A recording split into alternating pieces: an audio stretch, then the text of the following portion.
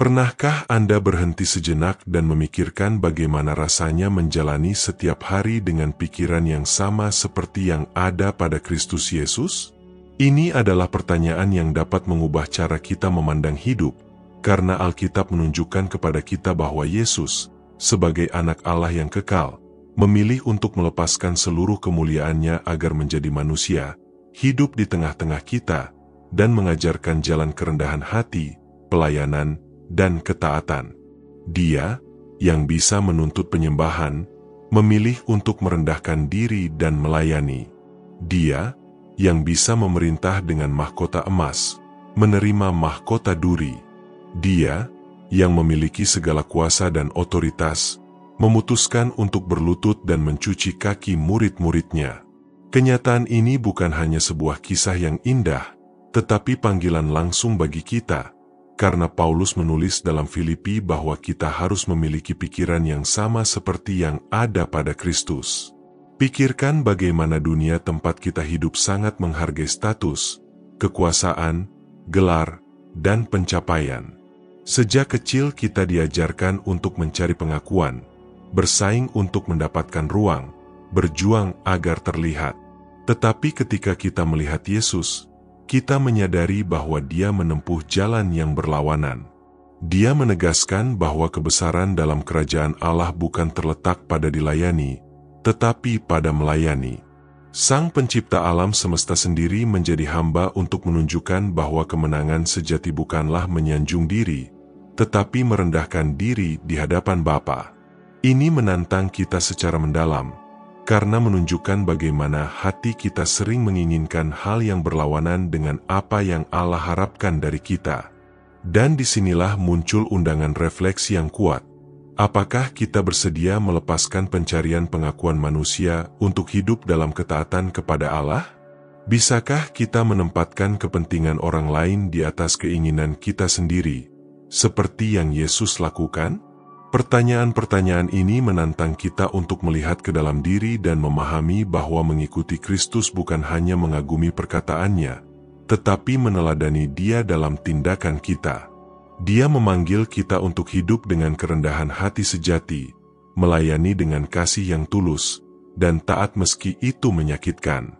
Ketika kita memahami hal ini, hati kita mulai berubah. Kita berhenti hidup terikat oleh kesombongan, perbandingan, dan kebutuhan akan persetujuan, dan mulai mengalami kebebasan yang ada dalam berjalan mengikuti jejak Kristus. Karena pada akhirnya, kehidupan Kristen bukan tentang kita, tetapi tentang Dia. Bukan tentang kemuliaan kita, tetapi tentang kemuliaan Allah. Dan ketika kita memilih untuk hidup seperti ini, kita mengalami damai yang tidak bisa diberikan dunia, sukacita yang tidak bergantung pada keadaan, dan kekuatan yang berasal dari Roh Kudus. Oleh karena itu, saat kita berjalan dalam renungan ini, saya ingin memberikan undangan khusus kepada Anda. Jika pesan ini sudah mulai berbicara kepada hati Anda, dan Anda ingin belajar hidup seperti Yesus hidup, berlanggananlah sekarang ke saluran ini, sukai video ini, tinggalkan komentar, dan bagikan kepada seseorang yang juga membutuhkan firman ini. Bersama-sama, mari kita sebarkan cahaya Kristus dan belajar memiliki hati yang sama seperti yang ada padanya. Apakah Anda menyadari bahwa kerendahan hati Yesus bukan hanya tindakan tunggal, tetapi gaya hidup yang mendefinisikan seluruh pelayanannya? Dia tidak datang untuk dikagumi manusia, tetapi untuk memperlihatkan hati Bapa. Dia tidak mencari tepuk tangan, tetapi menyerahkan hidupnya dalam ketaatan penuh. Dan ketika kita memikirkannya, kita memahami bahwa kebesarannya bukan pada posisinya di surga, tetapi pada kasihnya yang rela berkorban. Rasul Paulus mengingatkan kita bahwa Yesus, yang setara dengan Allah, tidak menganggap itu sesuatu untuk dimanfaatkan demi keuntungan diri sendiri, tetapi Dia mengosongkan diri, mengambil rupa seorang hamba, dan merendahkan diri sampai mati di kayu salib. Inilah esensi pikiran Kristus, dan inilah jalan yang Dia undang kita untuk menempuhnya. Ini menantang, karena sifat kita menginginkan hal yang sebaliknya. Kita ingin diakui, dihargai, dipuji. Kita ingin memperoleh, mengumpulkan, dan menonjol. Tetapi Injil menunjukkan bahwa kemenangan sejati terjadi ketika kita melepaskan diri kita sendiri agar Kristus dapat hidup dalam kita. Inilah yang Dia ajarkan ketika mencuci kaki murid-muridnya, duduk di meja bersama orang berdosa, menyentuh yang ditolak, dan menyembuhkan yang terpinggirkan. Setiap tindakan Yesus berseru kepada dunia, kebesaran ada dalam melayani. Dan ketika kita membiarkan prinsip ini masuk ke dalam hati kita, cara kita memandang orang akan berubah sepenuhnya. Bayangkan jika kita semua memulai hari dengan sikap ini, bukan untuk dilayani, tetapi untuk melayani, bukan untuk dimuliakan, tetapi menempatkan orang lain di tempat pertama. Ini akan mengubah keluarga, hubungan, gereja, dan seluruh komunitas. Apa yang sering terlihat kecil di mata dunia, tindakan kebaikan, gestur pengampunan, kata-kata penyemangat, memiliki nilai abadi ketika dilakukan dengan kasih, mencerminkan karakter Kristus.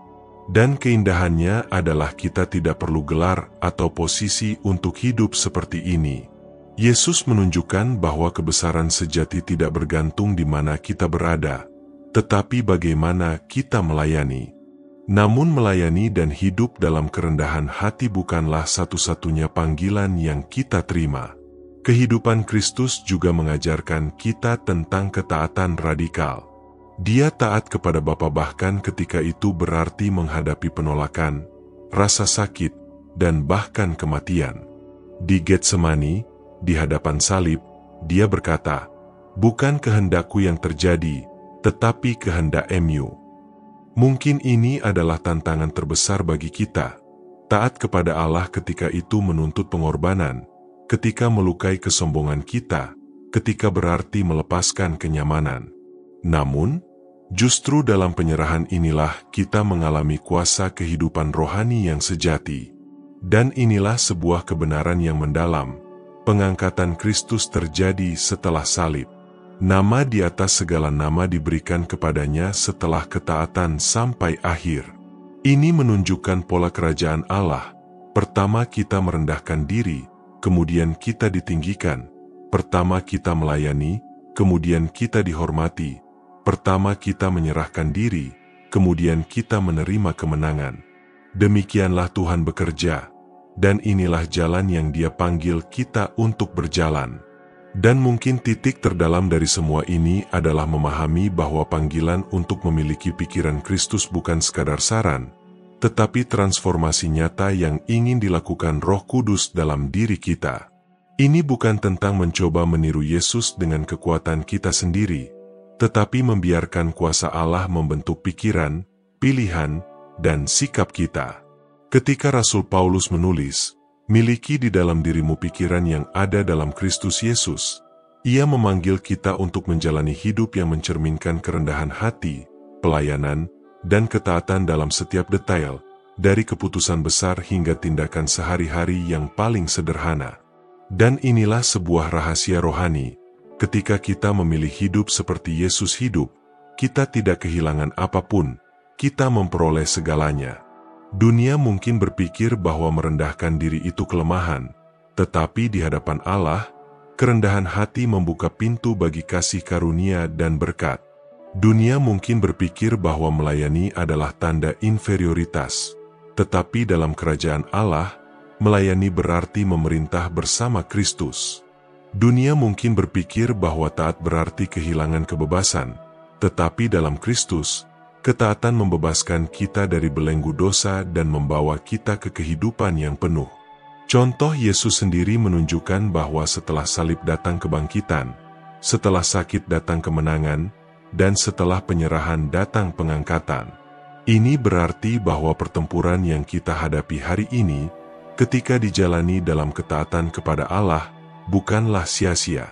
Setiap air mata yang ditumpahkan dalam kesetiaan, setiap kali memilih melayani daripada dilayani, setiap kali kita menolak kesombongan kita untuk memuliakan Tuhan, semua itu memiliki nilai abadi. Tidak luput dari pandangan Allah. Dia melihat setiap tindakan kerendahan hati, setiap langkah iman, setiap isyarat kasih, dan pada waktu yang tepat Dia menghormati mereka yang berjalan di jalannya. Oleh karena itu, saya ingin mendorong Anda hari ini untuk membuat keputusan. Pilihlah untuk hidup dengan pikiran Kristus. Mungkin itu berarti memaafkan seseorang yang telah menyakiti Anda, atau melepaskan sesuatu yang menahan hati Anda. Mungkin itu berarti melayani dalam diam, tanpa pengakuan manusia, tetapi dengan mata tertuju kepada Bapa.